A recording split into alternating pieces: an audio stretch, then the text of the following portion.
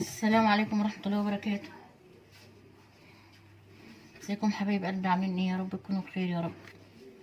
في الفيديو ده ان شاء الله هوريكم كده ايه. يعني انا دايما بجيب الفاصوليا الناشفة زي كده، وبجيب اللوبيا بسلقهم.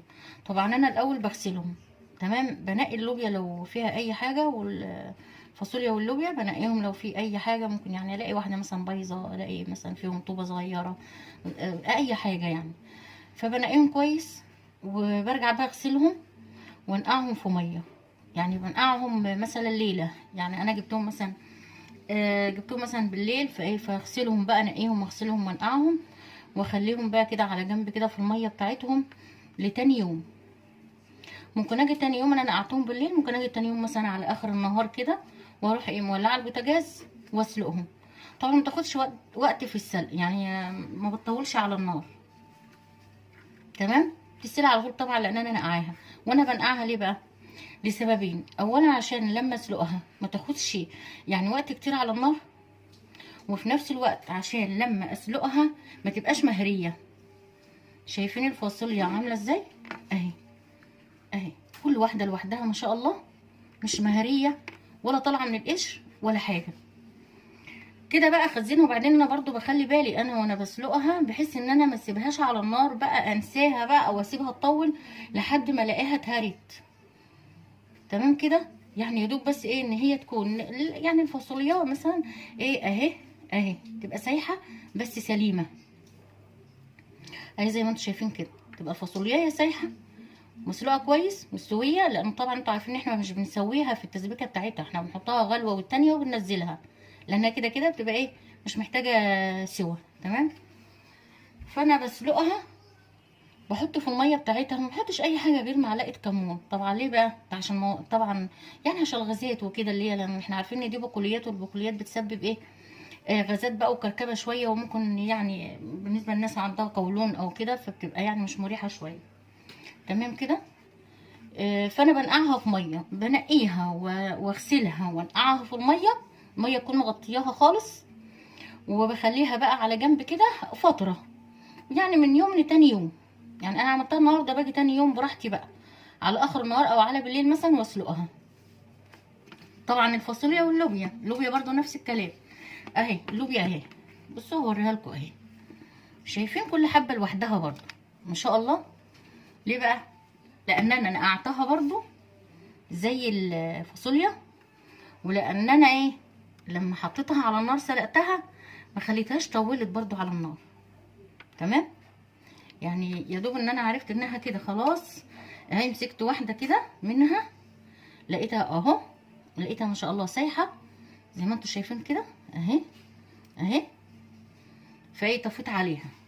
وطبعا اول ما طفيت عليها لو سبتها في الميه اللي هي اتسلقت فيها هتهريها، فبروح في وقتها على طول بروح مفضيه الميه، وبروح غسلها كويس بميه بارده، لان انا ايه هفرزها، هحطها في اكياس وهحطها في الفريزر. انا بعملها كده على طول يعني، وحلوه جدا في شهر رمضان. اما تيجي قبل رمضان كده انا هنا بقى جبتهم على الصينيه اهو، الفاصوليا وادي اللوبيا مسلوقين كده جاهزين. زي ما قلت لكم بقى انا كده ايه، يعني انا على طول بخزنهم كده بالشكل ده، تمام. يعني بصراحه بيبقوا منجزين قوي، يعني بيبقى يا دوب كل الحكايه ان انا اعمل التسبيكه واسقط فيها شويه الفاصوليا او شويه اللوبيا، اضيف لها بقى التوابل والملح بتاعها واظبطها وايه، وعلى طول يعني ما بكملش حاجه، خلاص طبخت الفاصوليا او طبخت اللوبيا، ما تاخدش معايا وقت، تمام. وكمان يا حبذا بقى كمان لو ايه، لو انا بقى عامله التسبيكه، انا بعمل التسبيكه برضو احطها في الفريزر لما بتكون الطماطم رخيصه. بجيب الطماطم برضو بسبك تسبيكه عادي، يعني انا بعمل تسبيكه عاديه. باجي بقى في ايام الطماطم ما بتكون رخيصه، ده ايام الرخص بقى، ايام ما كانت الحاجه بترخص. دلوقتي مفيش حاجه بترخص تاني، يعني الحاجه بترفع خلاص ما بتنزلش. وحتى لو نزلت او سعرها نزل، يعني بتنزل هي ترفع كتير، تزيد كتير، يعني تزيد 5 تزيد 10 تزيد 20. انما يوم ما تنزل الحاجه تنزل جنيهات، جنيه 2 جنيه بتاع كده يعني. فما علينا.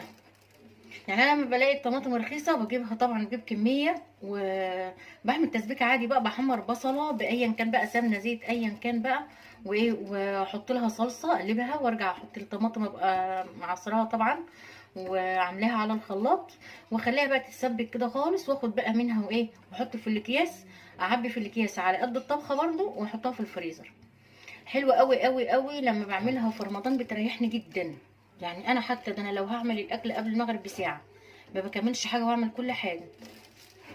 تبقى الحاجات دي طبعا بتوفر وقت وتوفر جهد كتير جدا. فانا لو انا عامله تسبيكه وعندي الفاصوليا مسلوقه وعندي اللوبيا مسلوقه مثلا، وحابه ان انا هعمل حاجه منهم، فطبعا مفيش اسهل من كده. هفضي كيس التسبيكه في الحله، وهحط عليه برده كيس الفاصوليا او اللوبيا، وهحطه على النار.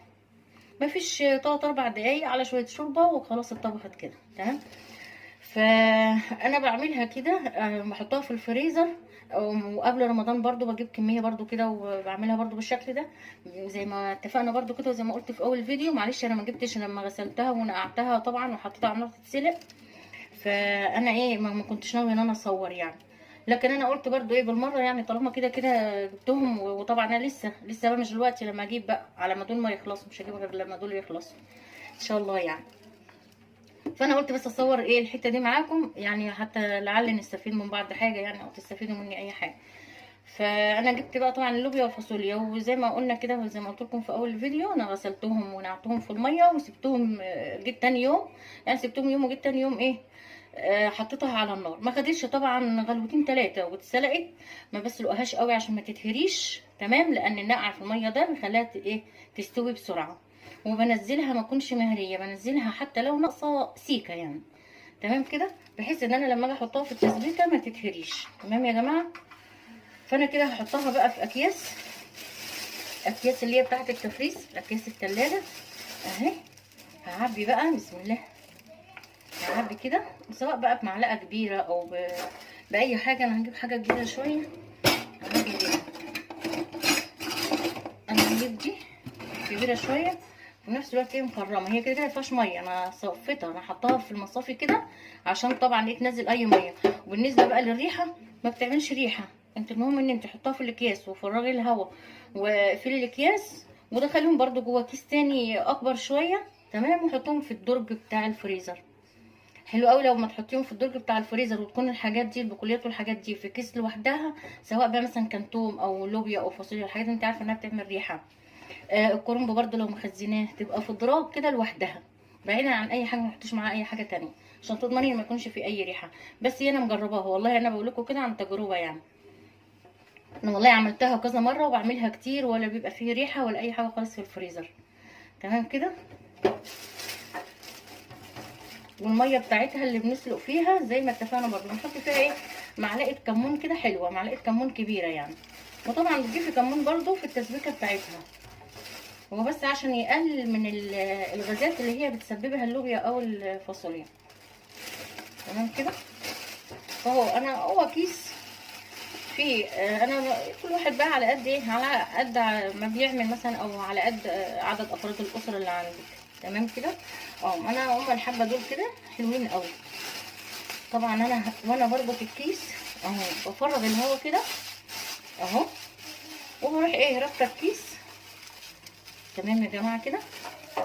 يا ريت بقى اللي بيتفرج عليا ويشوف الفيديو ما ينساش يدخل يعمل لايك، ويا ريت تدخلوا تنوروني وتشتركوا في القناه.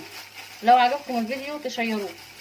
ادي كيس اللوبيا اهو، بفرطه بقى طبعا كده اهو، انا بفرطه كده بالشكل ده تمام، عشان ما ياخدش عندي حيز بس في الفريزر، يعني ما ياخدش مكان اهو. ادي كيس اللوبيا، وهكذا بعمل بقى ايه باقي الكميه بالشكل ده.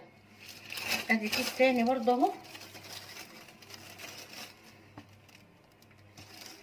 ادي كيس تاني تمام، باخد برضه كده وهعبي في الكيس اهو.